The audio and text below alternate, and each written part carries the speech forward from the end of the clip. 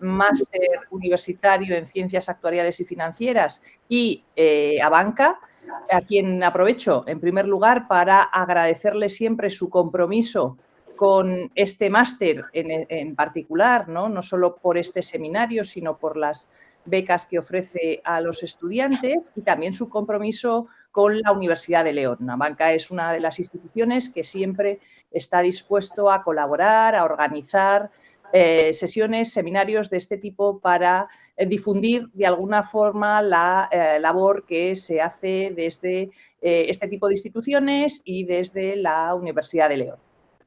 Este cuarto seminario, como bien,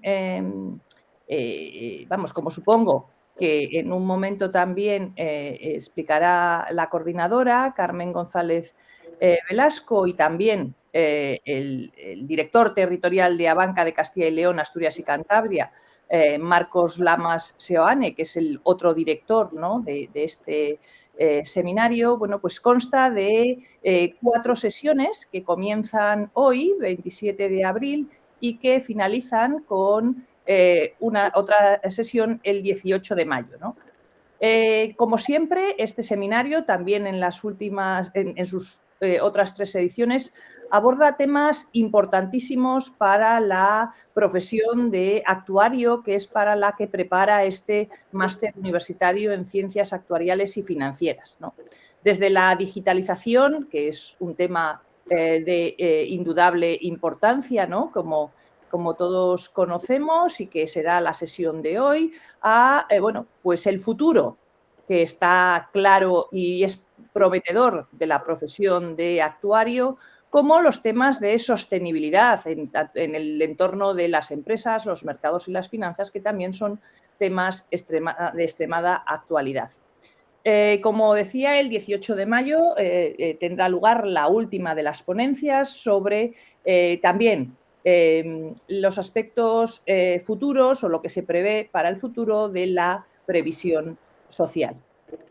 Yo, por no extenderme más, me gustaría de nuevo pues agradecer, y hacerlo ya en la figura de Marcos Lamas, pues el compromiso, ¿no?, de Abanca con las titulaciones y con la Universidad de León, y agradecer también pues a la coordinadora, a Carmen González Velasco, bueno, pues que ponga en marcha de forma conjunta con Abanca este tipo de iniciativas que sin duda redundan en beneficio para los alumnos de esta titulación y para futuros alumnos de la misma.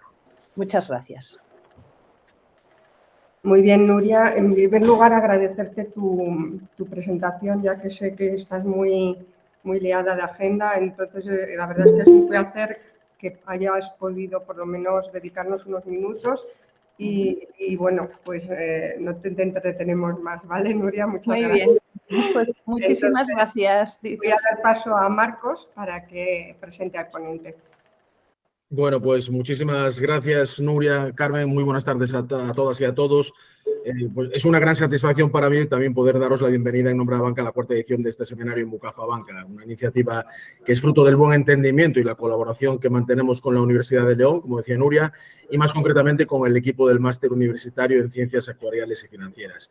Me gustaría trasladar en primer lugar mi agradecimiento a esta institución y a su vicerrectora de Actividad Económica, Nuria González, que nos acompañó hoy, y muy especialmente a Carmen González, coordinadora del MUCAF, por todo su entusiasmo y compromiso para poner en marcha esta iniciativa y por toda su colaboración para darle continuidad en el tiempo y que pueda convertirse en una cita formativa anual para estudiantes, para investigadores, profesores y profesionales que desean actualizar sus conocimientos.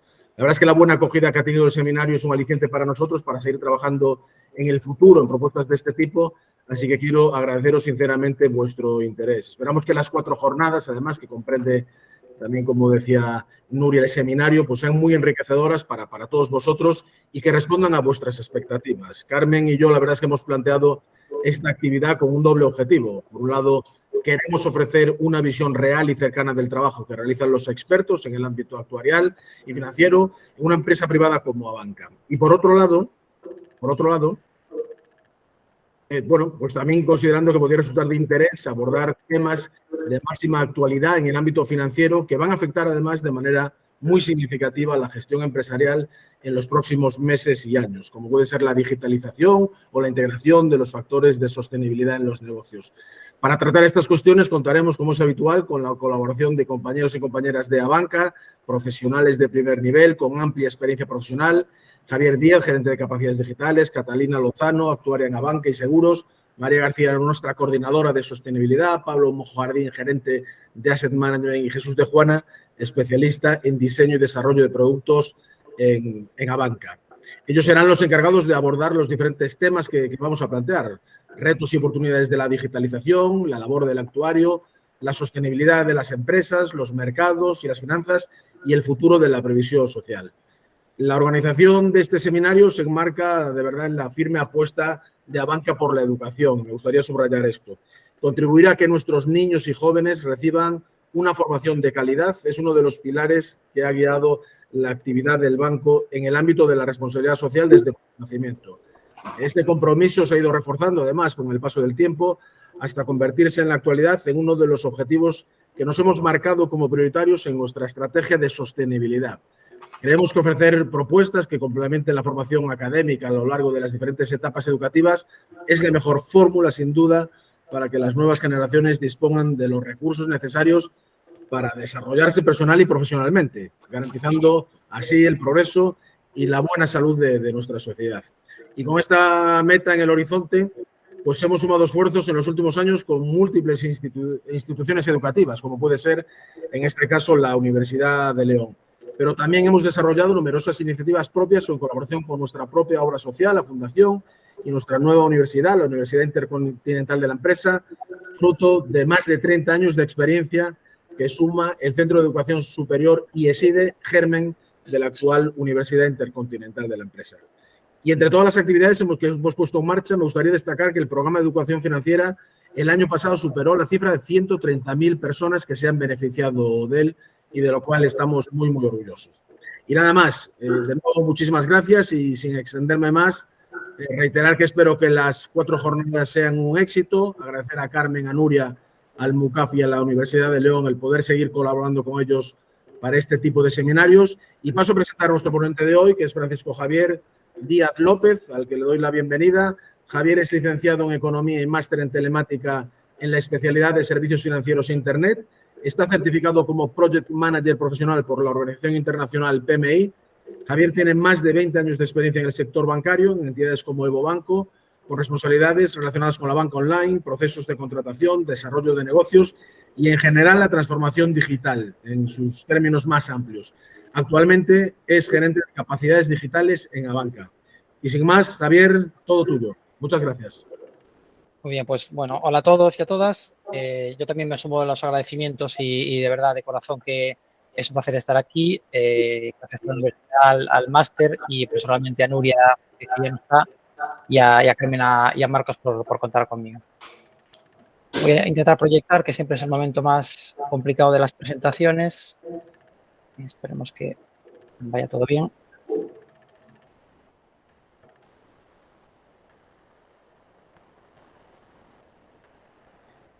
Creo que ya lo estáis viendo, ¿verdad? Sí, ya lo vemos, Javier. Perfecto. Bueno, pues como anticipaba antes Carmen y Marcos, un poco yo os vengo a hablar aquí de cuáles son los retos y las oportunidades que nos ha traído, que nos trae y nos trae todo lo que es el mundo de la digitalización. Será una sesión de 45 minutos 50 y luego, pues al final, bueno, lo que me han dicho es que tendremos unos 10-15 minutos para compartir reflexiones, preguntas, debates. Pues espero que lo que os cuente os de interés y genere pues esa interacción que creo que es lo más rico para todos y también para que se nos haga más ameno la sesión. Por anticiparos un poco cuál va a ser el itinerario, ¿no? Lo que vamos a ver esta tarde. Vamos a ver estos 5 bloques. En un primer lugar, un poco definir, todos lo sabemos lo que es, ¿no? Pero dar un poco de contexto sobre lo que es la digitalización.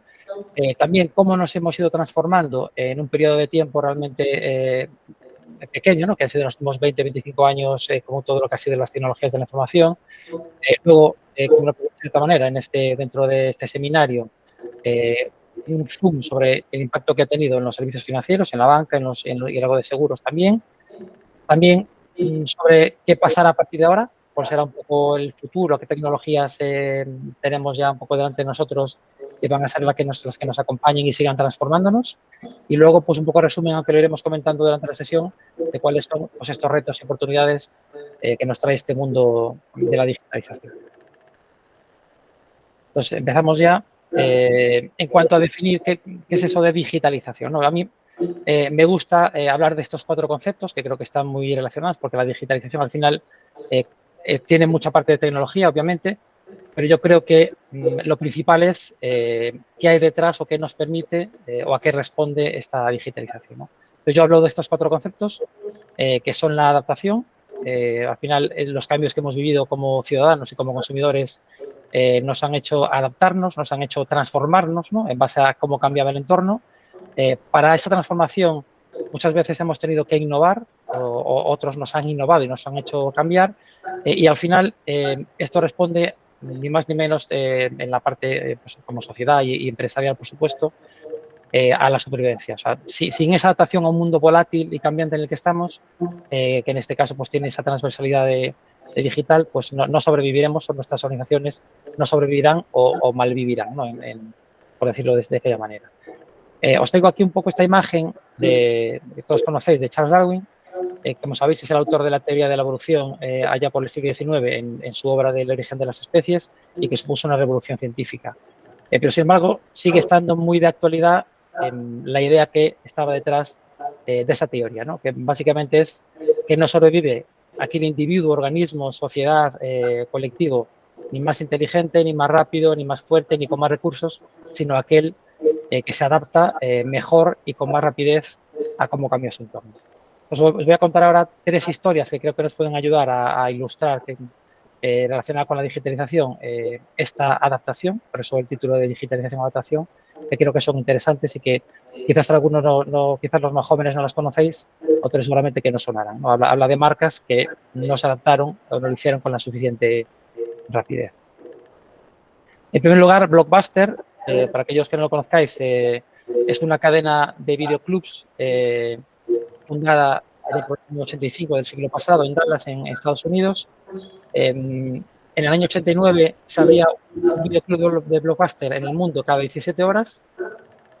Tenían un 25% de cuota de mercado mundial y llegaron a tener 9.000 tiendas. Y en el año 94 pues, es adquirida por una empresa, un conglomerado de medios americano que todavía existe, que se llama Viacom, por más de 8.000 millones de dólares de aquel año, del año 94, ¿no? 8.400 millones de dólares. En el año 2000, poco después de esa compra, una pequeña empresa de alquiler de DVDs por correo postal le ofrece al Blockbuster un acuerdo de colaboración para potenciar ese servicio de alquiler, digamos, a domicilio de DVDs. Y les pide una inversión en la empresa de 50 millones de dólares. Bastante pequeña en relación al precio que había pagado por ella, pues Viacom. Básicamente, los dueños de esta pequeña empresa de alquiler de DVDs lo que dicen es que Blockbuster se rió de ellos y le dijeron que no tenía sentido ese servicio y que tenían un mercado muy consolidado estable, con una cuota de mercado, como decía, del 25% y no le veían, digamos, futuro a ese nuevo segmento de mercado. Lo que ocurrió, como lo sabemos todos, cuando os diga qué empresa era esa de alquiler de DVDs, porque en el año 2013 Blockbuster, el resultado fue que cerró todas sus tiendas por el cambio de mercado que hubo.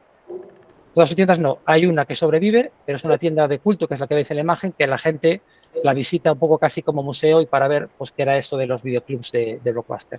La empresa a la que me refería antes, que les propuso ese acuerdo, era Netflix y es una empresa que hoy en día vale más de 300.000 millones de dólares de valoración. Pues claramente Blockbuster no supo ver o no se supo adaptar a cómo empezaba a evolucionar el mercado y al final pues acabó quebrando.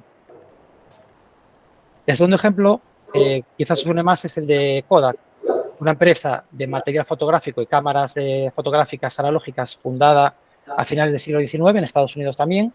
En los años 70 tenía una cuota de mercado en los productos de carretes y cámaras del 90% mundial y fue una cámara Kodak la que grabó la llegada del hombre a la luna. O sea, algo icónico y, como os digo, pues casi monopolio mundial.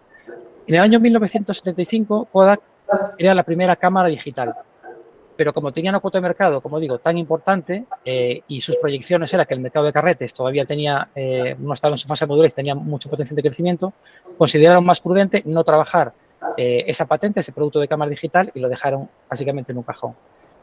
¿Qué hicieron otros fabricantes, sobre todo japoneses, LG, Sony, Samsung?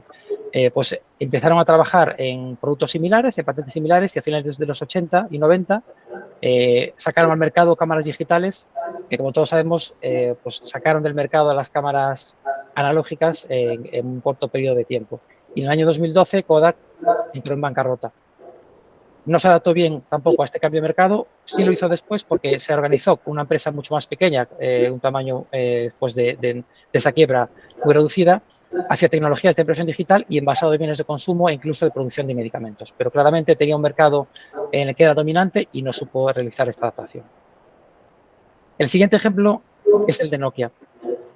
Nokia era una empresa con más de 200 años de antigüedad que empezó fabricando papel, pero que todos la hemos conocido por sus tecnologías de comunicación inalámbrica y teléfonos móviles. Probablemente muchos de nosotros hemos tenido este teléfono, uno parecido pues en mitad, finales de los años 90. Esta empresa Nokia entre el 95 y el 2007 aportaba el 25% del crecimiento del PIB de Finlandia y tenía una cuota en telefonía inalámbrica muy, muy alta. ¿Qué ocurrió? En el año 2007, una empresa llamada Apple lanza el iPhone. En el año 2008, una empresa de software llamada Google lanza un sistema operativo llamado Android. Y ahí comienza la era de los smartphones. En el año 2009, solo un año después de que Google lance Android y 2 años después del lanzamiento del iPhone, los ingresos de Nokia caen un 90%. Y en 2013, después de años de caída en ventas y en facturación, la adquiere Microsoft por un valor pues muy reducido respecto a lo que había tenido. Nokia pasó de vender cada año 250 millones de un solo modelo, como el que podemos ver en la pantalla, en un año a 8,5 millones en total de todos los teléfonos y productos que tenía en cartera. Lógicamente, perdió todo su posicionamiento en el mercado de la telefonía y actualmente se ha hecho un hueco en el negocio de las redes 5G más a un mercado mayorista y no a cliente final. Un poco la conclusión de estas historias es lo que se anticipaba antes, ¿no? Lo que nos decía Darwin. Tenemos que acompañar a las personas y al entorno en su transformación y en su cambio de hábitos y de comportamientos. Y esto hay que hacerlo, primero, porque es el camino por la influencia de nuestras organizaciones y, segundo, también por un compromiso con la sociedad, como veremos más ahora. Como os decía, vamos a contar un poco de, muy rápido, cómo se ha ido transformando y en qué punto estamos ahora mismo en el mundo en cuanto a digitalización. O sea, en el planeta ahora mismo somos más de 5.000 millones de personas que nos conectamos a Internet. Esto es prácticamente 7 de cada 10 ciudadanos que nos conectamos a Internet y tenemos un teléfono móvil. De hecho, hay más personas que tienen móvil que se conectan a Internet porque en muchos países pues el acceso a Internet no es tan sencillo por la infraestructura, por la dispersión de la población o por los medios, y sin embargo sí tienen teléfono móvil. Esta gráfica es un poco para que veáis la evolución tan pronunciada en, como decía, relativamente pocos años, ¿no? En el año 91, seguramente no lo veis porque la imagen es muy pequeña, disculpad, pero en el año 91 se creó la primera web. Estamos en el 2023, tenemos, como os decía, más de 5 millones de usuarios de Internet y hace solo 10 años era la mitad, 2.500 millones, con lo cual este acceso ya es universal, lo vamos a seguir duplicando usuarios conectados porque ya no hay más población, pero hoy prácticamente es un servicio universal. Lógicamente, el uso de Internet no es igual en todas las partes del mundo. En los países occidentales, en lo que llamamos primer mundo, pues tenemos tasas de en torno al 80, 90, incluso cercanos al 100%, como en el norte de Europa. Y hay otras zonas, otras regiones, como puede ser Sur y Medio África, pues que están por debajo incluso del 30%. Lógicamente, como veremos, los factores sociales, económicos y de otro tipo influyen mucho en la adopción y en la digitalización. Hablando ya de España, de nuestro país, aquí vemos, como decía antes, que el teléfono móvil también es el dispositivo, ¿no?, dominante. El 100% prácticamente, no se ve ahí, pero un 99,5% de los hogares tienen teléfono móvil. Algo menos, pero un 96%, prácticamente todos, tienen conexión de banda ancha.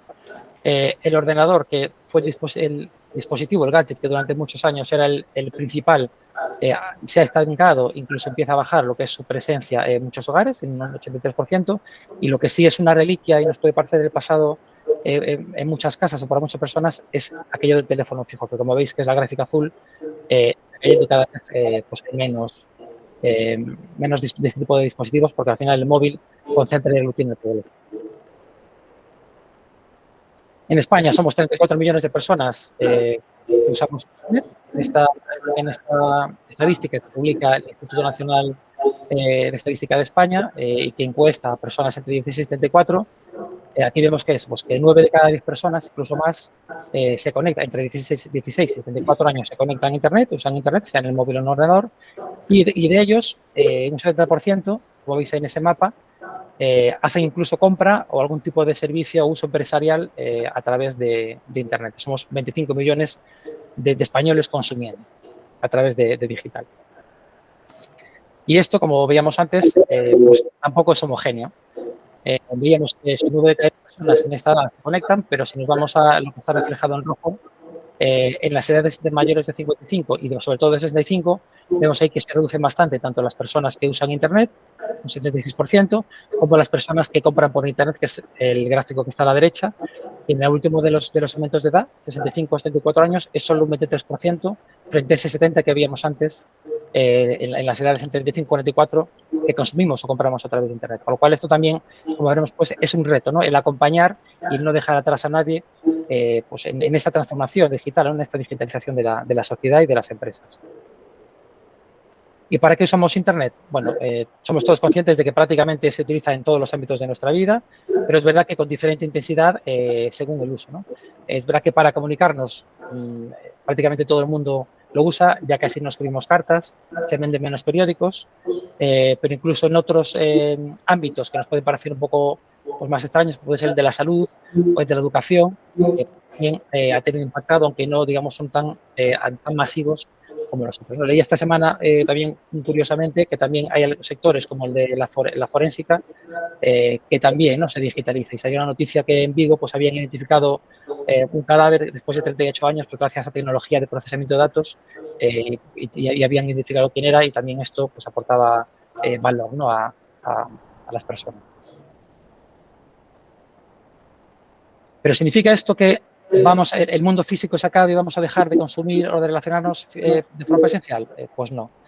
Como vemos aquí en esta encuesta del Instituto de Publicidad en español, lo que vemos es que la mayoría de las personas nos gusta combinar compra en tienda física y compra en tienda presencial. Y lo que es más importante, en el futuro esto se va a intensificar mucho más y el 80% de las personas lo que declaramos es que vamos a querer esta convivencia o conveniencia de consumir pues a través del canal físico digital según nos apetezca. Y va a ser más residual aquellas personas o ciudadanos que solo consumen de forma presencial o solo consumen de forma digital.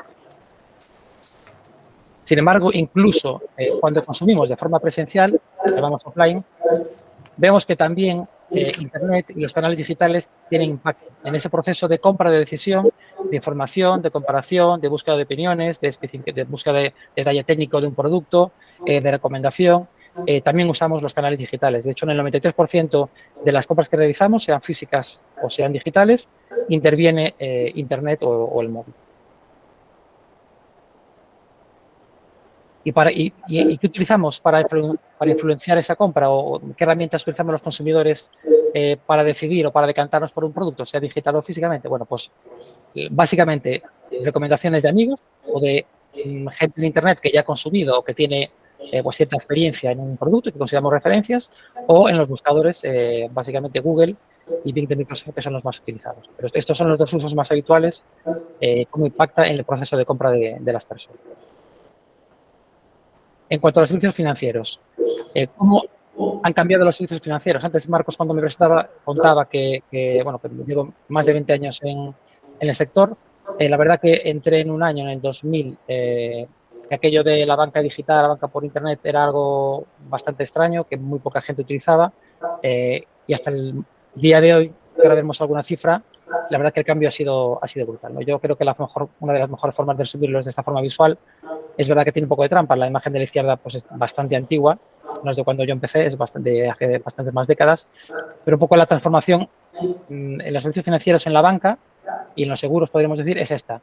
De una oficina atendida al que el cliente tenía que desplazarse para hacer todas las gestiones a un banco que cabe en la palma de tu mano y con el que puedes hacer, iba a decir prácticamente todo, todas tus gestiones con el banco. ¿Significa esto que las personas, el asesoramiento desaparece? No.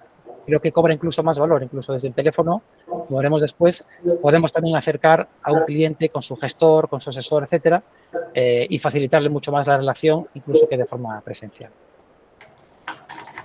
Esta es la evolución del uso de la banca online. Hace 10 años, 3 de cada 10 personas en España utilizaban servicios financieros de forma digital.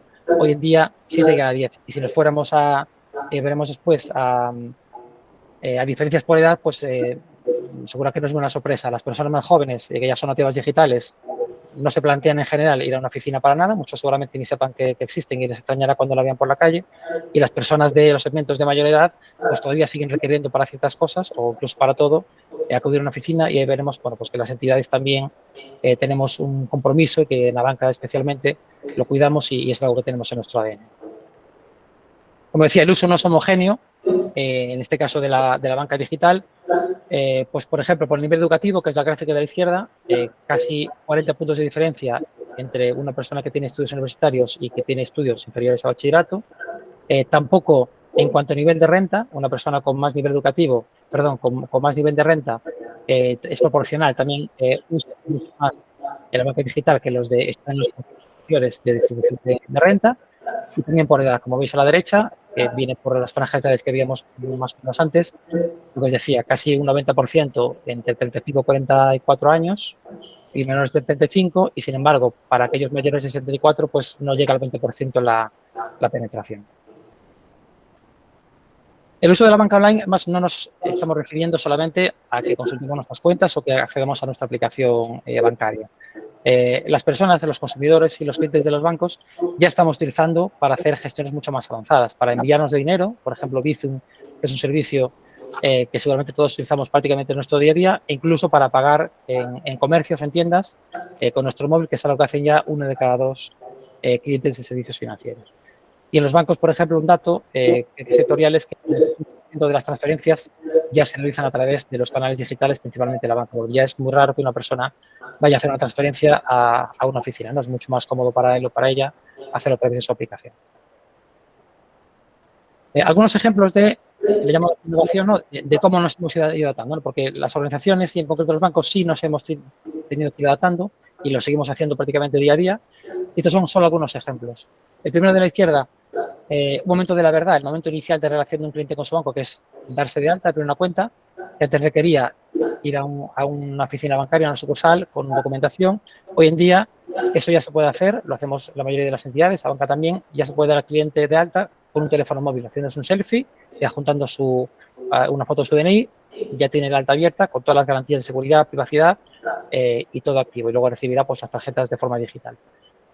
En el caso del medio, representamos cualquier contrato, como os decía antes, ya se puede firmar a través de la banca móvil. Ya no tenemos que ir a la oficina para hacer una firma.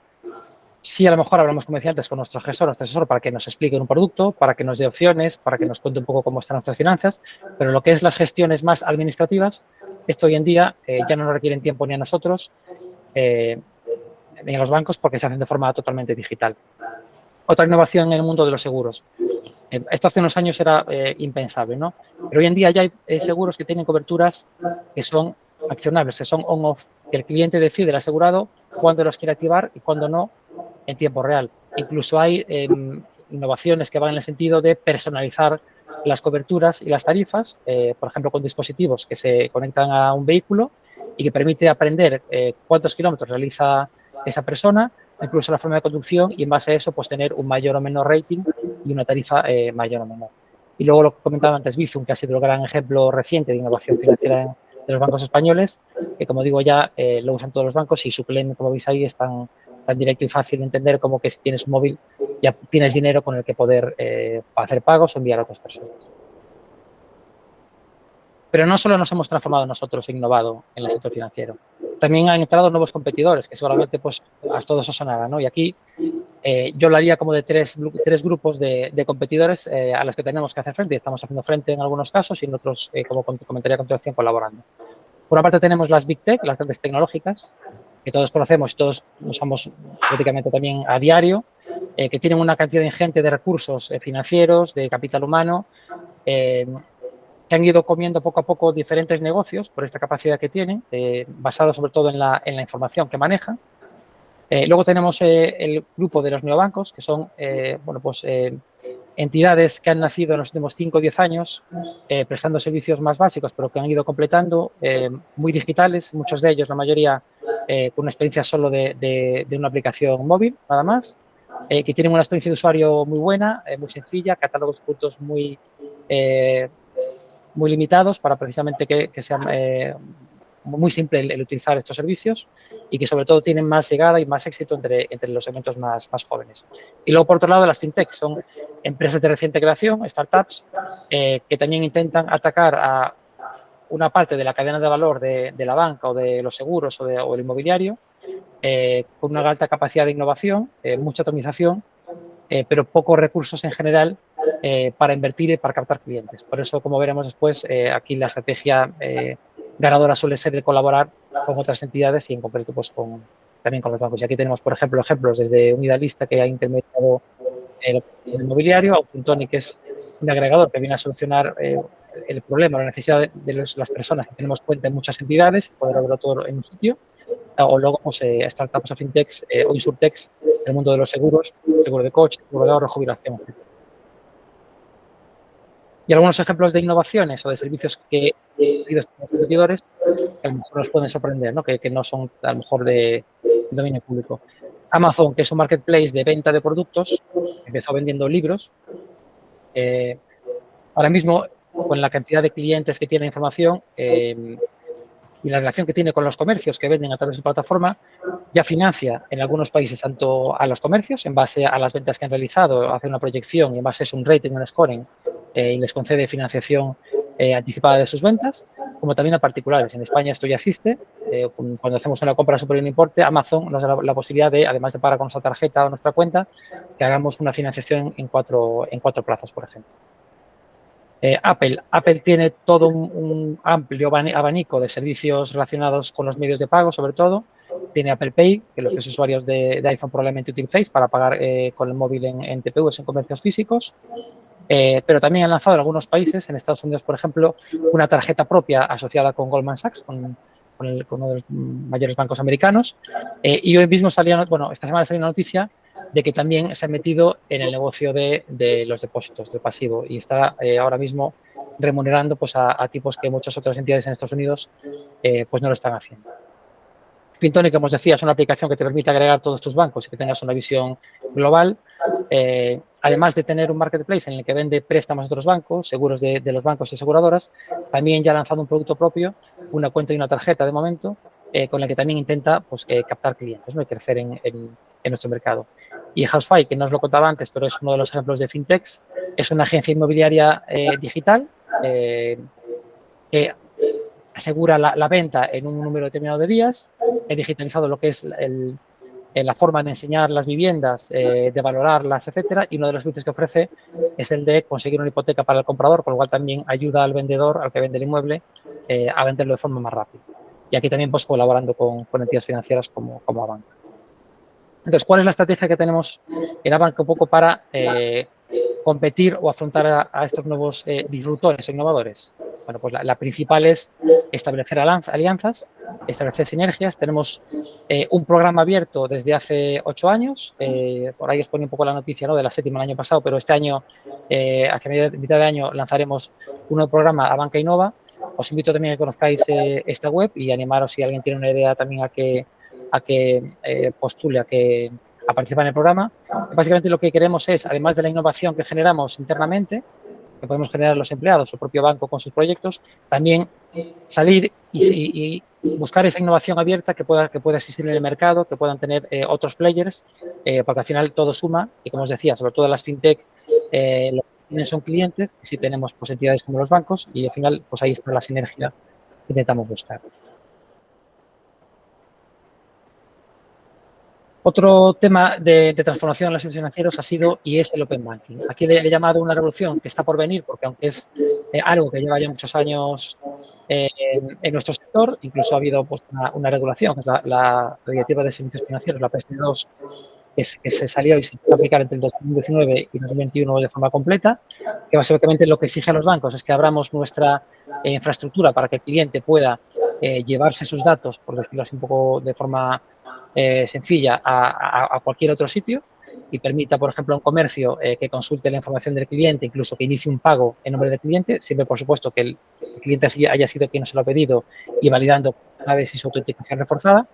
Y esto, como veis un poco en el esquema, lo que permite es que el cliente, en lugar de tener que estar interactuando con muchos bancos, un poco lo que decía Fintonic, pues al final tenga en un sitio y de una forma muy sencilla, incluso yendo a un comercio, puede iniciar desde ahí los pagos o que el comercio pueda ver cuáles son sus saldos, cuáles son sus movimientos, hacerle un scoring, etcétera. Con lo cual esto permite pues, diseñar más productos, hacerlos más personalizados, mejores tarifas para los consumidores y esto a los bancos pues, también nos supone un reto y una transformación porque nos ha exigido el abrir, como digo, la información de los clientes pero de forma controlada y siempre bajo su demanda y actualizándolos a tercero. Y esto habla un poco de lo que ha sido hasta hoy, tanto en la sociedad como en los servicios financieros. ¿Vale? Pero, ¿qué va a pasar a partir de ahora? ¿No? Aquí he puesto mañana porque en este mundo, como decía, tan cambiante, aquí hablar de medio plazo, de largo plazo, es muy difícil. Hace unos años hablamos de medio plazo, 1 o 3 años, largo plazo, más de 3, 5. Hoy en día, pues quizás 6 meses ya es largo plazo, ¿no? Con todo el ritmo que evolucionan las tecnologías, como bien nuevos competidores, cambios de hábitos, redes sociales, etcétera. Aquí he puesto mañana, un poco por reflejar, pues a partir de ahora, qué es lo que puede pasar, ¿no? Os voy a hablar de 3 tecnologías que, en mi opinión, están transformando y, sobre todo, van a transformar el mundo en general, transversales a todos los sectores. Todas ellas ya existen hoy en día, pero bueno, las tecnologías muchas veces tienen un periodo de erupción y adaptación, sobre todo hasta que se localizan los casos de uso, las aplicaciones en las que generan mayor valor y hacen que se democratice sus accesos. En el caso de blockchain, que es una tecnología que permite almacenar y compartir información de forma segura y sobre todo descentralizada a través de una red de computadores, digamos que es como un libro de contabilidad digital que registra todas las transacciones y que se actualiza en tiempo real. Esto por poner un ejemplo, el sector financiero para el procesamiento de pagos, que ahora mismo funciona en base a un sistema de confianza, ¿no? y a una entidad certificadora, cuando una transferencia sale el dinero del banco A hacia el banco B, el banco A registra esa salida, el banco B registra la entrada y hay una entidad, un sistema de liquidación intermedio, que es el que lo registra y en caso de que haya una reclamación o divergencia, pues bueno, da fe de que efectivamente el dinero ha pasado por ahí, ha salido de un banco A y ha acabado en el banco B. Con blockchain, eso se distribuye entre los cientos o miles o millones de ordenadores que están conectados a esa red, con lo cual no hace falta esa entidad certificadora y es mucho más rápido, más eficiente y más barato. Con lo cual tiene un potencial de transformación muy importante. Sobre la tecnología blockchain, una de ellas, porque hay muchas tecnologías blockchain, están basadas en las criptomonedas, como el Bitcoin o el Ethereum, que todos seguramente conoceréis. También se pueden habilitar lo que se llaman smart contracts, que son contratos inteligentes, como dice un poco su nombre, que lo que permite es programar una serie de eventos y en función de cuando se produzca un disparador, se van generando en cadena pues esos eventos y que tengan que intervenir papel ni ningún actor, sino que se realicen de forma automatizada. Por ejemplo, que un pago dispare el envío de una mercancía o la monitorización de un nivel de aguas, por ejemplo, genere que se dispare una alerta y eso le mande un aviso a los bomberos. ¿Vale? Es una tecnología que permite bueno, muchas posibilidades para monitorización y rastreo de mercancías, por ejemplo, ¿no? o temas de energía. Luego es un sistema muy transparente porque la información queda registrada en todos los nodos de esa red, aunque de forma privada, no puede hacer cualquiera, solo quien esté autorizado, y sobre todo es inalterable. Ahora mismo, si en un ciberataque, en el caso que ponía antes, alguien ataca a la entidad que registra y certifica, podría alterar los datos. En este caso, como hay millones de ordenadores conectados que tienen la misma información, si uno lo altera, no va a casar con los demás, con lo cual no se va a alterar y no se lo va a permitir. En el caso del metaverso, parece que se ha desinflado un poco, ¿no?, en los últimos meses, pero en algún momento del año pasado pues, estuvo bastante de moda, ¿no? Parecía que no estuviera en el metaverso empezar a hacer cosas pues que ya no era nadie. Esto no ha sido así, como decía antes, cada tecnología tiene su tempo, su ritmo de adopción. En este caso el metaverso no deja de ser una realidad virtual, pero diferente a las que ha habido hace unos años, ¿no? O las que podemos tener con unas gafas que están hasta ahora en el mercado, por la experiencia inmersiva que permite, por la capacidad de interactuar de personas o incluso de aparatos, y va a abrir muchos mercados, va a permitir experiencias que hasta ahora nos parecen increíbles, por ejemplo, asistir a un concierto desde nuestra casa, pero con la misma sensación de estar en un estadio, casi tocando a la gente que está alrededor, con la misma acústica, incluso mejor, o a un espectáculo deportivo, en reuniones de trabajo, a nivel médico, de operaciones, estar pues casi tocando a una persona a la que está operando un cirujano, cuando realmente puede estar a miles de kilómetros. Bueno, también las posibilidades son infinitas. Y por último, la computación cuántica, que es un tema bastante técnico, es una tecnología que está emergiendo y que utiliza las leyes de la física y la mecánica cuántica para resolver problemas tan complejos que los ordenadores de ahora no son capaces de resolver o le llevaría años. Es verdad que ahora mismo es una tecnología que no está madura, hay muy pocos ordenadores cuánticos en el mundo porque requieren unas instalaciones enormes y estar a decenas de grados bajo cero, pero porque nos hagamos una idea, la información que publican las organizaciones como Google, ¿no?, que tiene este tipo de tecnología, dicen que son capaces de resolver problemas complejos de miles de millones de datos en segundos o minutos que le llevarían a un ordenador potente de la generación actual, pues meses, incluso años, o que no serían capaces de resolver. Con lo cual, para temas de simulación, algoritmos, proyecciones o temas de ciberseguridad y encriptado y cifrado, va a suponer pues una revolución absoluta, y las aplicaciones de esta nueva capacidad de procesamiento mucho más elevada serán infinitas. Pero sobre todo, que no la he recogido aquí, para mí la tecnología que está transformando y más va a transformar el mundo en el que vivimos es la inteligencia artificial, ¿no?, la AI. Y en concreto, no es algo que vaya a ser en el futuro, como decía, es que esto ya está pasando ahora mismo, ¿no?, en nuestro día a día. Según esta encuesta de McKinsey del año pasado, ya 1 de cada 2 empresas o organizaciones, en sentido amplio, ya están utilizando algún tipo de capacidad de inteligencia artificial. Es verdad que en la mayoría de los casos son optimización de procesos o de operaciones, pero también ya para desarrollar nuevos productos, para mejorar los productos existentes, para tareas relacionadas con el marketing, pues para la elaboración de contenidos publicitarios, para entender cómo se comporta el consumidor y aprender de forma automática, corregirlo en el momento, qué acciones son las que funcionan mejor, cómo optimizarlas, e incluso para atender al cliente de forma automatizada, incluso sin que el cliente perciba que está hablando con una máquina, pues cosa que hasta ahora pues por muchas veces nos ocurre, ¿no?, que el servicio no es bueno, pero con la inteligencia artificial seguramente llega a prestar un servicio tan bueno, incluso mejor, por la rapidez y la capacidad que tiene de aprendizaje que una persona. Dentro de la inteligencia artificial, el hype, lo que está de moda ahora mismo, lo que todos hemos oído hablar, aunque no entendamos muy bien lo que es este palabra que es el ChatGPT, que no deja de ser, por simplificarlo mucho, un chat o un sistema de chat o de lenguaje basado en la inteligencia artificial y que está entrenado y que se continúa siendo entrenado para mantener conversaciones de forma natural. Ha sido lanzado hace tan solo unos meses, a finales del año pasado. Es verdad que llevaba trabajando en la empresa que lo creó, OpenAI, hace 7 años. OpenAI es una empresa que ya ha lanzado otros servicios basados en la inteligencia artificial, como DALL-E, que es esa gráfica que veis ahí de imágenes. Esas imágenes las ha creado ese servicio, ese motor de inteligencia artificial que se llama DALL-E 2, que básicamente funciona en base a peticiones de texto. Tú le sugieres que quieres una imagen de las características que tú definas, con toda la habilidad que seas capaz de definirlo. Pues quiero una pecera que tenga un pez de dibujos animados de tipo Nemo, pues te crea esa imagen que veis ahí. Yo quiero un sillón, un sofá que además tenga forma de aguacate, pues te crea la que veis ahí, no sé si la veis muy bien, pero la cuestión es que te crea una imagen de forma instantánea, en tiempo real, a partir de la información que tú le des, y la puedes ir refinando. De hecho, hace unos días ha habido bastante polémica porque hay un fotógrafo que ha ganado un concurso utilizando estas herramientas, simplemente pues refinando fotografías que hacía y diciéndole qué mejoras y cómo completarlas con esta herramienta. OpenAI, por cierto, es una empresa que, como decía, se fundó en 2015 por 5 emprendedores que ya tenían otras startups o fintechs, startups en Silicon Valley. Uno de ellos, que seguro que conoceréis, que se llama Elon Musk, que es el mismo dueño de Twitter y uno de los fundadores también de PayPal y de Tesla, entre otras cosas. Y además, lo que más sorprende, ¿no?, es que la rápida evolución que tienen estos servicios en el caso de ChatGPT.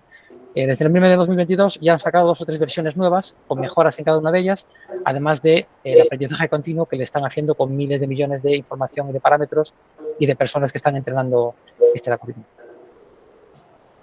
¿Para qué se está utilizando ChatGPT? ¿No? Que es un poco, los preguntamos, vale, sí, pues suena muy bien, pero esto realmente, ¿en qué me puede ayudar? Bueno, ahora mismo, estos son usos que yo he localizado, pero que seguramente haya muchísimos, son ilimitados, porque aquí, en esta tecnología realmente, es casi más importante la persona que interactúa, lo que le pregunta, cómo es capaz de sacarle partido y, de hecho, ya está sujeto a nuevas profesiones. Hoy en día ya están contratando a gente, pagándole mucho dinero, que se llaman ingenieros de prompter. Un prompt al final es el cómo pedir, cómo lanzar comandos a una inteligencia artificial para que te dé un resultado. O sea, para que veáis un poco la importancia y cómo se está transformando el mundo en general. ChatGPT, ¿para qué se está utilizando? Por ejemplo, para generar textos, publicaciones, documentos, artículos, posts en redes sociales, incluso hasta poesías, ¿no? Os pongo ahí, porque también lo hace y lo hace bastante bien. Para resolver problemas matemáticos, lógicos o cualquier tipo de problema que tengáis, se lo podéis plantear y si se lo explicáis bien y si lo contextualizáis bien, os va a dar una respuesta que lógicamente va a estar perfecta. Puede ser que no tenga toda la información no actualizada porque, al final, como digo, ha aprendido a base de miles de millones de gigas y teras de información, pero no está conectado en tiempo real, por ejemplo, a Internet. Entonces, temas de actualidad, pues puede que no los tenga, por lo menos en las versiones que hay ahora mismo en el mercado gratuitas. Va a mejorar el procesamiento del lenguaje natural. Una de las grandes beneficios que tiene, ¿no? Que no veas en este lenguaje, es que tú hablas con él y de verdad que no te das cuenta de que es una máquina. Es exactamente igual que una persona, incluso tiene contexto de lo que le hayas preguntado en ese mismo chat hace 10 minutos. Le puedes hacer mención a eso y va a saber y va a entender respecto a lo que estás hablando.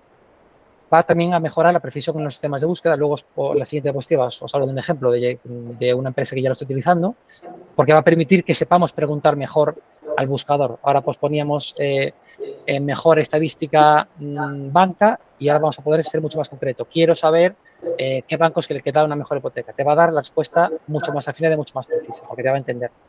En cuanto a análisis de datos, como os decía, la capacidad que tiene procesamiento y de entenderlo es brutal, con lo cual le podemos dar un volumen de datos ahí ingente que nos va a hacer un análisis, nos va a detectar si hay algún error, nos va a detectar patrones, va a hacer una proyección en base a los datos que le planteemos y cálculos, con lo cual nos va a ahorrar y está ahorrando mucho trabajo a mucha gente. E incluso es inteligente para sintetizar y analizar textos o documentos. Le podemos dar, esto ya lo está haciendo gente, pues un documento de un ensayo de 60 páginas, le podemos decir que nos haga un resumen de 40 líneas o que nos haga un resumen de 7 puntos o que nos haga un esquema para una presentación de 15 diapositivas con 2 párrafos en cada una de ellas y una idea principal. Esto ya lo hace ahora mismo ChatGPT. Vale, y ChatGPT, no sé si lo habéis visto en los medios, pero está siendo la gran apuesta de Microsoft. Microsoft ha invertido ya 10.000 millones de euros solamente en 2023 en ChatGPT. Había invertido ya miles de millones de euros en años anteriores y ya lo está integrando estas capacidades en sus productos. De hecho, en el buscador Bing, si no lo utilizáis, yo os invito a que lo utilicéis, sobre todo en su navegador en Edge, porque ya permite lo que os decía antes, hacer esa búsqueda casi hablando con un buscador, con un chat, de hecho se llama chat traducción, para buscar información y para ser mucho más preciso en las búsquedas. La verdad que es una maravilla y ahorra mucho tiempo. Y sobre todo, lo que a mí personalmente me parece que es increíble, que luego en el documento tenéis ahí el enlace a una presentación que ha hecho Microsoft, el CEO de Microsoft y los responsables de producto el mes pasado, del futuro del trabajo. Básicamente, Microsoft 365, que es su paquete ofimático, lo que antiguamente era Office, le han incorporado la inteligencia artificial con una herramienta que se llama Copilot, que básicamente, como su nombre indica, es un copiloto que te permite crear documentos, refinarlos, modificarlos, pero a un nivel, lo veis en el vídeo, en mi modo de ver, impresionante. Tú le puedes decir que te cree una presentación de 40 diapositivas sobre un tema, con una estética de este tipo, y te la hace entera con todo el texto en base a todo el conocimiento que tiene. Lo mismo con un Word, con un documento o con tu correo. Le puedes decir que te haga un resumen de los 500 emails que te han llegado, cuántos son de un tema, cuántos de otro, y que te haga un resumen de lo más importante, cuántos te ha enviado tu jefe, tu jefa, tu compañero o el cliente X. La verdad que la capacidad que prometen es increíble. Lo están ya testando con algunas empresas en Estados Unidos y lo que han contado en esa presentación que podéis ver en ese vídeo es que en los próximos meses lo irán sacando ya al resto del mundo. Vale, y en la banca en concreto, la inteligencia artificial, ¿en qué nos puede ayudar? ¿No? ¿O cómo nos va a transformar? Bueno, pues lo he ido comentando creo que un poco antes. En contratación al cliente con asistentes virtuales que no van a sustituir, como decía también antes, a las personas, pero sí que para pues, temas puntuales, para dar un servicio 24/7, para resolver dudas de un cliente que no necesita hablar con una persona, sino tener la información y tenerla rápido y concreta y muy precisa a lo que está preguntando. Eso la inteligencia artificial lo va a hacer y lo va a hacer incluso mejor y más rápido y, por supuesto, a mejor coste una persona. Para reforzar la seguridad, porque nos permite identificar patrones, ¿no?, de uso poco habitual, operaciones extrañas, y nos va a ayudar todo esto a prevenir fraudes y a mejorar todavía más la seguridad, que como sabéis en nuestro sector es fundamental y es algo a lo que dedicamos muchísimos recursos. También a conocer más la capacidad de pago de nuestros clientes, anticipar posibles problemas para ayudarles, ¿no?, para saber, mira, con el ritmo de gasto que estás llevando y sabiendo que en los meses de otros años te han entrado este mes y el que viene el siguiente estos impuestos o estos gastos, eso te sueles ir de viaje, puedes tener un problema de liquidez, con lo cual te doy esta solución o deberías vigilar esto. Y ahí podemos ayudar también a nuestros clientes. Por supuesto, personalizando la oferta de los productos y lo que ve el cliente en nuestros canales, conociendo sus preferencias, su hábito, cómo se comporta, qué utiliza, qué no. Esto que ya se hace y hay herramientas, la inteligencia artificial le mete una capacidad extra para hacerlo todavía mucho más avanzado. Y también, por ejemplo, en el asesoramiento de inversiones, ya hay herramientas de inversión automática en función de carteras y de políticas y de apetito al riesgo, y esto con la inteligencia artificial, pues por la capacidad que tiene de recopilar información y procesarla y aprender ella sola, pues va a ser también muy importante, ¿no? Pero estos son solo algunas que me parecen a mí personalmente más importantes, pero la verdad que son también muchísimas más. En cuanto a retos y oportunidades, creo que las hemos ido un poco comentando antes, ¿no? Un poco como hemos en cada uno de los temas que hemos ido hablando. Pero aquí he intentado resumirlas buscando 5 retos y 5 oportunidades que para mí pueden ser los más importantes, pero como digo, hay muchos más. Solamente pues luego en la conversación, en el turno de preguntas, se os ocurran otros también. En cuanto a los retos, bueno, el principal, como decía antes, en la transformación o en la digitalización, quizás la tecnología es fundamental, no es lo más importante, o al menos no es la condición suficiente, si la necesaria. Y tal es así que esto nos obliga a todas las organizaciones, incluso a las personas, a los ciudadanos y consumidores, a estar muy al tanto de las tecnologías que van saliendo, para no quedarnos desfasados. Tenemos que ir asimilándolas y también buscar la forma de cómo explotarlas y cómo sacarles partido antes de que las saquen otros. También entonces tenemos que adaptar las organizaciones a los cambios en los hábitos, a cómo se comportan las personas, que hemos visto en los últimos 15 o 20 años, pero es que esto es prácticamente cada 6 meses. Por ejemplo, os pongo esa noticia como curiosidad. Los jóvenes hoy en día, el 40%, no buscan en Google, buscan en TikTok, lo cual a lo mejor a personas de otra generación pues nos puede parecer pues un poco extraño, ¿no? O se comunican o se informan a través de streamers, de youtubers, cosas que a lo mejor pues a otras personas, como digo, pues nos parece que no son canales, ¿no?, adecuados o que usamos, pues tenemos un poco que estar muy atentos para adaptarnos y estar ahí en donde estén nuestros clientes o los consumidores. Tenemos que evitar la exclusión y la brecha digital, como veíamos, no solo en edad, en nivel educativo, en ámbito rural, por ejemplo, donde viven las personas. Y aquí es algo, como decía en la banca, tenemos un concepto que se llama el humanismo digital, que es el objetivo de no dejar a nadie atrás. Fuimos la primera entidad hace ya más de 15 años en certificar nuestra aplicación de banca móvil para que fuera accesible, la primera app accesible de banca de España. Y queremos también que con el tema de los mayores, a los que prestamos también un servicio preferente, y en el ámbito rural pues somos la entidad que está, la única entidad en Galicia, por ejemplo, que está presente en un 35% de los municipios gallegos prestando servicios financieros. Y esto hay que acompañar la digitalización un poco al ritmo de cada tipo de cliente. La ciberseguridad, que hemos ido comentando antes, también es algo que en general, no a nivel de banca, sino en general en toda la sociedad, es una preocupación que tienen los gobiernos, es un peligro que está ahí y no somos conscientes de él, pero tenemos que dedicar muchos recursos y como veis, si buscáis un poco noticias, creo que todos las hemos visto, el SEPE, en el pago de los ERTEs tuvo un secuestro informático hace 2 años, el Hospital Clínic de Barcelona hace unas semanas tuvo que suspender 3.000 consultas y 150 operaciones. El Ayuntamiento de Gijón tuvo que paralizar los trámites administrativos porque estuvo también causa de un ataque informático. O sea, es algo que tenemos aquí muchas veces muy cerca nuestra y no somos conscientes y tenemos que extremar también como consumidores un poco la forma de comportar y nuestros hábitos. Y en cuanto a regulación, bueno, pues también, además de esa directiva de servicios financieros, ha habido también una regulación de consentimiento de datos que afectó mucho al digital. Seguramente todos tuvimos que facilitar nuestros consentimientos a través de email a todos nuestros proveedores, regulación de accesibilidad, el euro digital, que es un proyecto que también en los próximos años tomará forma para que podamos también pagar con una criptomoneda oficial y aceptada, que no tenga ese comportamiento tan opaco, especulativo, ¿no?, como han tenido o pueden tener otras criptomonedas como las que todos conocemos. Y estos son un poco los retos que tenemos, ¿no? Y luego también pues la parte educativa y de profesiones, sobre todo las personas que estáis estudiando, ¿no? Que os estáis formando, sí que animaros a que tengáis curiosidad y os forméis en este tipo de tecnologías, porque a todos nos van a afectar, como nos afectó en su momento, pues saber manejar un ordenador o un Excel o pues hoy en día en la programación, por ejemplo, en inteligencia artificial, puede que sea la nueva competencia clave en todas las profesiones en unos años. En cuanto a oportunidades, que yo me gusta ver el vaso medio lleno, creo que son infinitas.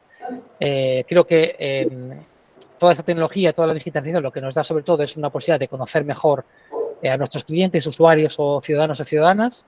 Esto nos permite diseñar mejores servicios y nos permite ser más eficientes porque vamos a aceptar y vamos a saber qué ofrecerle en cada momento y hacerlo mejor y no, pues un poco a veces disparar sin saber un poco pues qué es lo que necesita cada uno y no saber si estamos aceptando y cubriendo sus necesidades. Como hemos ido comentando, también nos permite este acceso a un mundo global, digital, nuevos modelos y oportunidades de negocio que a lo mejor no se nos ocurrían y que mediante innovación podemos sacar partido, hacer de forma diferente. Podemos atacar hoy en día prácticamente a cualquier mercado. La internalización hace unos 15-20 años era muy compleja. La logística todavía es un requisito. Si estamos en un sector con material tangible, hay que también resolver el cómo llegar allí, buscar un socio local, eso no nos evita, pero lo que es la investigación de mercado, el entender si hay un nicho, el entender si hay competidores, toda esa parte de información hoy en día es muy sencillo a través de Internet y también el buscar talento que necesitemos en nuestras organizaciones y nuestras empresas.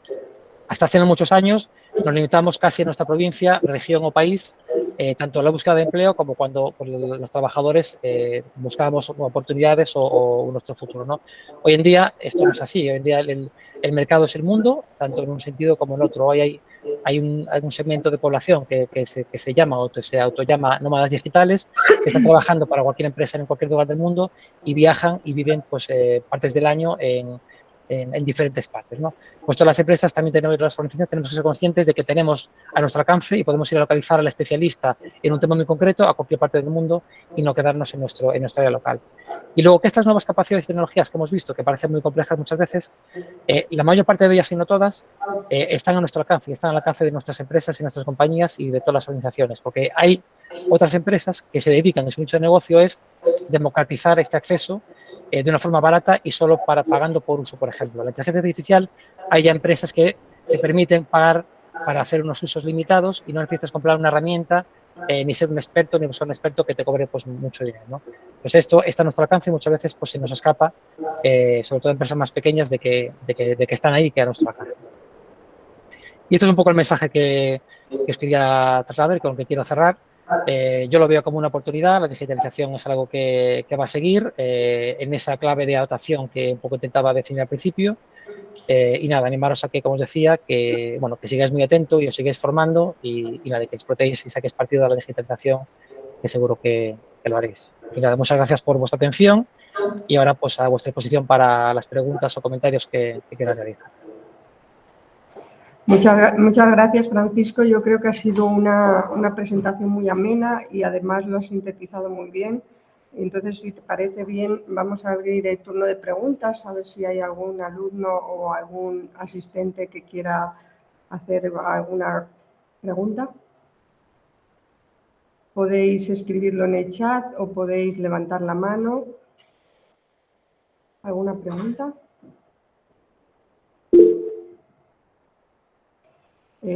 A ver, están levantando la mano. Emanuel Rivera, ¿puedes preguntar?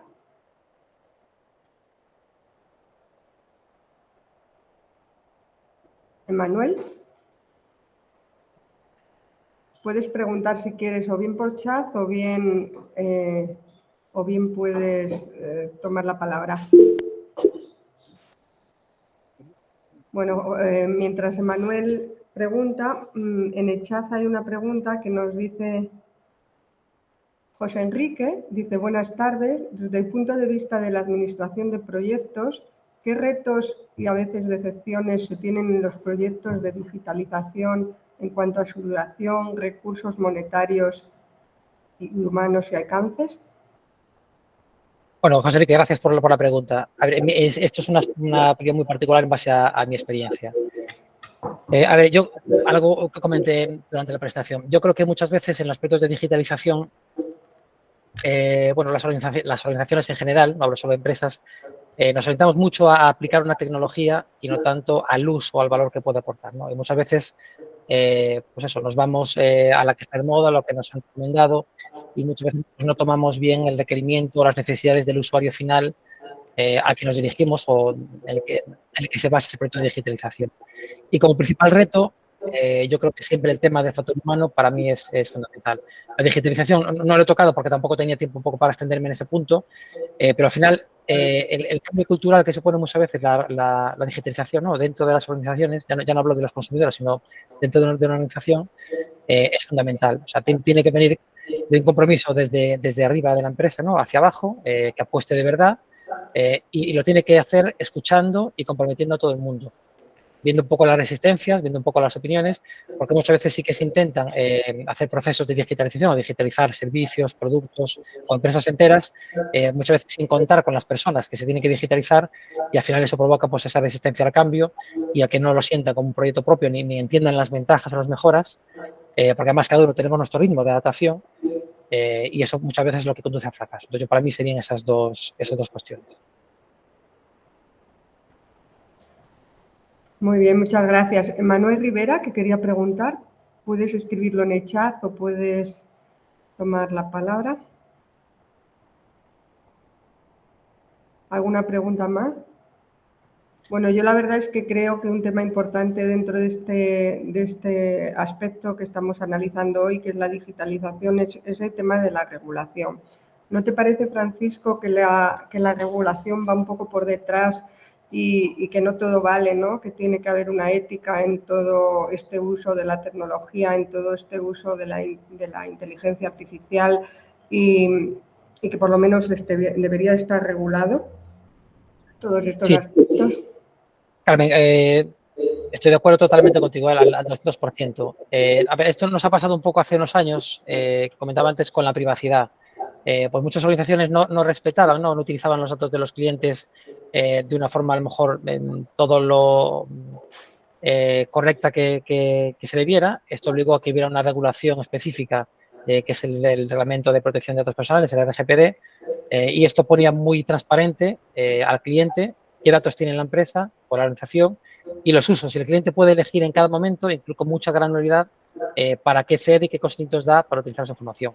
En el caso de la inteligencia artificial, estoy de acuerdo contigo. Las posibilidades son tantas, tan enormes, que eso sin una regulación, bueno, puede desbocarse. De hecho, salí hace poco en Italia, ya ha prohibido ChatGPT, porque precisamente la gente que estaba utilizando este sistema incluía datos personales y el algoritmo los utilizaba para aprender y para entrenarse sin pedir al usuario consentimiento para que se iban a usar esos datos. Entonces, probablemente una de las siguientes evoluciones que haga esta herramienta sea el de regular datos personales. Y además también comentar que justamente en estas semanas ha firmado un manifiesto una serie de emprendedores, empresarios y gente, digamos que de muy alto nivel en el mundo tecnológico, entre los que estaba Elon Musk, que como decía fue uno de los fundadores de la empresa OpenAI, un poco pidiendo parar 6 meses en el desarrollo de la inteligencia artificial para entender muy bien las connotaciones éticas, un poco ver la regulación y poner límites para que esto, pues digamos que no sea un poco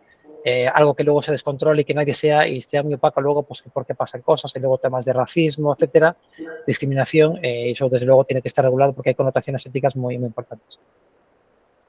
Muchas gracias, Francisco. La verdad es que yo creo que la regulación es un tema importante. Manuel Rivera ha escrito la pregunta en el chat y lo que dice es: buenas tardes. Primero que nada, gracias por su tiempo. En cuanto a la parte de automatización y el alcance del surgimiento de las inteligencias artificiales, ¿qué retos tendremos como actuarios para hacer frente a un posible desplazamiento de algunas de nuestras funciones debido al surgimiento de estas nuevas tecnologías? Bueno, gracias, Manuel, por la pregunta. La verdad que la pregunta es muy buena. Sí que es verdad que también hay noticias, ¿no? Y estudios que hablan de, bueno, cómo va a afectar esto a los trabajos, ¿no? Qué funciones pues la inteligencia artificial va a sustituir o va a abordar, que eso es evidente y eso es claro y indiscutible que va a pasar. Pero yo no hablaría de que nos va a desplazar. Yo lo que diría es que nos va a dar como unos superpoderes, por decirlo así. Vamos a ser como bueno, yo es que ya peino canas, había una serie hace años que se llamaba El hombre biónico, la mujer biónica. Lo que nos va a dar es unas capacidades que no tenemos. Nos va a permitir hacer lo que hacemos de forma mucho más eficiente y seguramente cosas que estamos haciendo que sean tareas que no aportan, que son cálculos, que son manejos de datos, esto nos lo va a hacer, como decía antes, es un poco a lo que tiene Microsoft, nos lo va a hacer de forma automática, lo que nos va a permitir es tener mucha más información y más rápida y dejarnos más tiempo sobre buscar nuevos usos y explotar esta tecnología. Seguro que todos tenemos un montón de temas, si nos ponemos a pensar, que son más administrativos, más tediosos, más de cálculos, que realmente el hacerlos no aporta nada y lo que aporta es el resultado. Pues lo que va a hacer esta inteligencia es darnos esa herramienta para que ese resultado no nos lleve tiempo conseguirlo, sino que lo tengamos ya pues, prácticamente de forma instantánea, con lo cual tendremos más valor y incluso acabaremos generando pues nuevas tareas, nuevas funciones y mucho mejor hechas, más eficientes que las que ya hacemos ahora. Pero yo no creo que, y esto más ha pasado en todas las revoluciones, y esta es una revolución más, que unas funciones se sustituyan por otras, porque al final había ganancias de eficiencia y de rendimientos, y aquí pues va a ser también, creo que exponencial. Muchas gracias, Francisco. ¿Alguna pregunta, alguna cuestión más? Marcos. Bueno, yo creo que todas las preguntas que yo tenía en mente, sabía que iba a hablar de inteligencia artificial, yo creo que es el tema que está más en boga, ¿no? Y al que muchos nos acercamos en un primer momento con el chat GPT, y la verdad es que es una tecnología que incluso a nivel usuario en algún momento no sé si tanto asusta como sorprende de una manera superlativa, ¿no? Y lo que pensamos muchos profesionales, y de ello creo que la pregunta de Manuel, es hasta qué punto la tecnología va a ser sustitutiva del factor humano en las empresas, ¿no? Y es verdad que tanto en finanzas como lo que dice Manuel, ¿no? En el cálculo actuarial seguro que va a tener un papel fundamental. Entonces, yo no sé, Javier, si ya en estos primeros pasos, el futuro está abierto y es difícil de prever, ¿no? Pero ¿cómo crees que está influyendo ya en la actualidad, no tanto en el futuro como en la actualidad, la utilización de esa tecnología, tanto en nuestro ámbito más financiero como más en el actuarial? ¿Se está realmente utilizando ya? ¿O todavía es una beta para ver realmente a futuro cómo nos puede ayudar?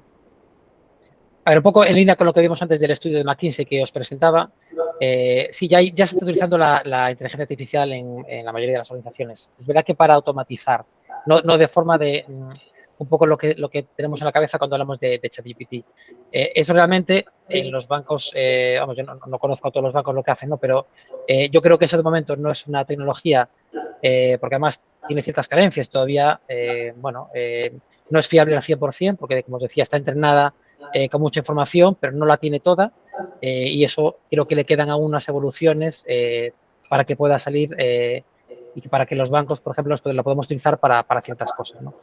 Pero sí que yo creo que nos está haciendo ya replantearnos pues ciertas funciones o ciertas tareas que hacemos y tanto para los actuarios, que pues, son profesionales que manejan cantidad de datos y que digamos que su profesión está muy basada, ¿no? Entre otras cosas, en ese manejo, ¿no? De cálculos, posibilidades de riesgos, ahí de verdad que yo creo que no es miedo, yo creo que es al contrario, les va a dar unas capacidades y una información para estar mucho más seguro, para anticipar, para hacer proyecciones, simulaciones y cuando llegue a la computación cuántica mucho más, para hacerlo pero de forma mucho mejor. O sea, yo no hablaría de 3.0, hablaría que, es otro escalón que ni nos imaginamos. Pero yo creo que también por concretarlo, creo que le falta tiempo para que esto realmente lo apliquemos y lo apliquen, por ejemplo, los actuarios y el sector financiero en nuestro día a día. Creo que todavía le falta tiempo porque esto hay que testarlo, hay que esperar también a ver cómo se regula, pero desde luego que para mí es esperanzador las capacidades que tiene, bien enfocadas y, como digo, que yo las veo como un complemento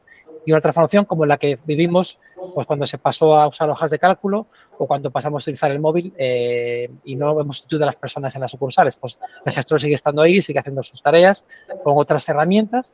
Pues yo creo que aquí va a suceder un poco lo mismo.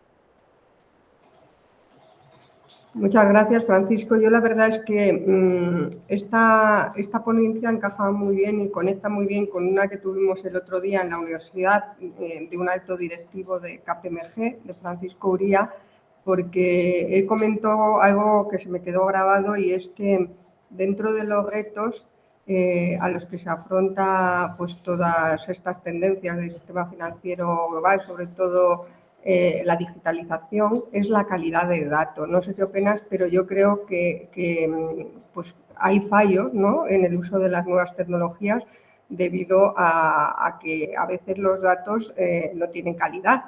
Entonces, yo creo que eso es uno de los aspectos muy importantes que, como destacaba este acto directivo, tendrán que tener en cuenta, sobre todo en la regulación, ¿no?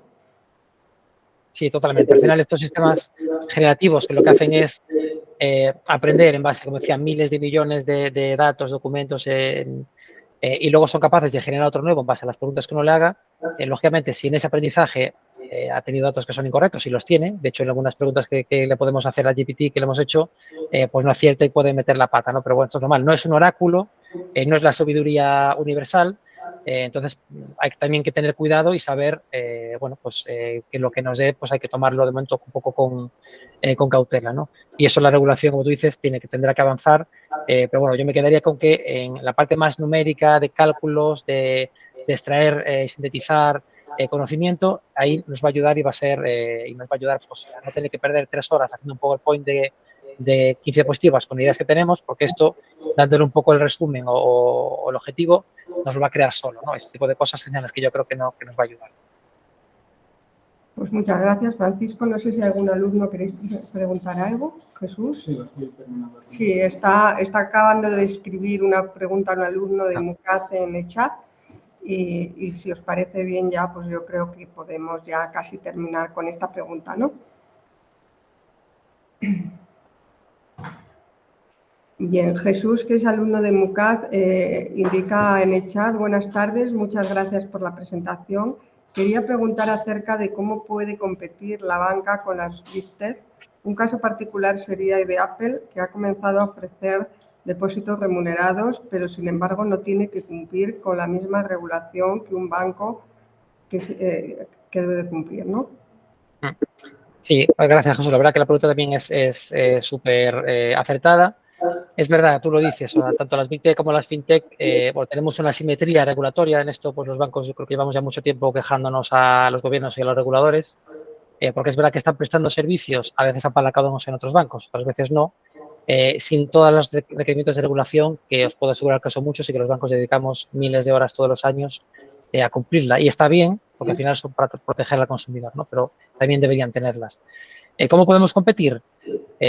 Bueno, nosotros tenemos ciertas ventajas competitivas que no tienen las Big Tech. Las Big Tech tienen mucho dinero, tienen mucho capital humano, como decía, tienen muchas posibilidades, pero nosotros tenemos otras cosas. No tenemos el conocimiento de este negocio. Nuestro banco, por ejemplo, lleva más de 200 años haciendo banca. Nosotros tenemos la cercanía con los clientes. Es verdad que con los jóvenes pues no la tenemos tanto, ¿vale? Porque no la han vivido, pero bueno, tienen la de sus padres. Pero nosotros tenemos también un compromiso y un arraigo con la sociedad, que eso también es muy importante, y yo creo que eso las personas cuando consumimos también lo valoramos, ¿no? Y ahora también hablabais antes de sostenibilidad, que es un ámbito muy importante, ¿no?, de este seminario en general yo creo que de nuestra sociedad, y ahí, bueno, pues las Big Tech también tenemos que ser consumidores conscientes, pues muchas veces ahí tienen muchas carencias y yo creo que es algo que tenemos que tener en cuenta cuando consumimos y cuando compramos.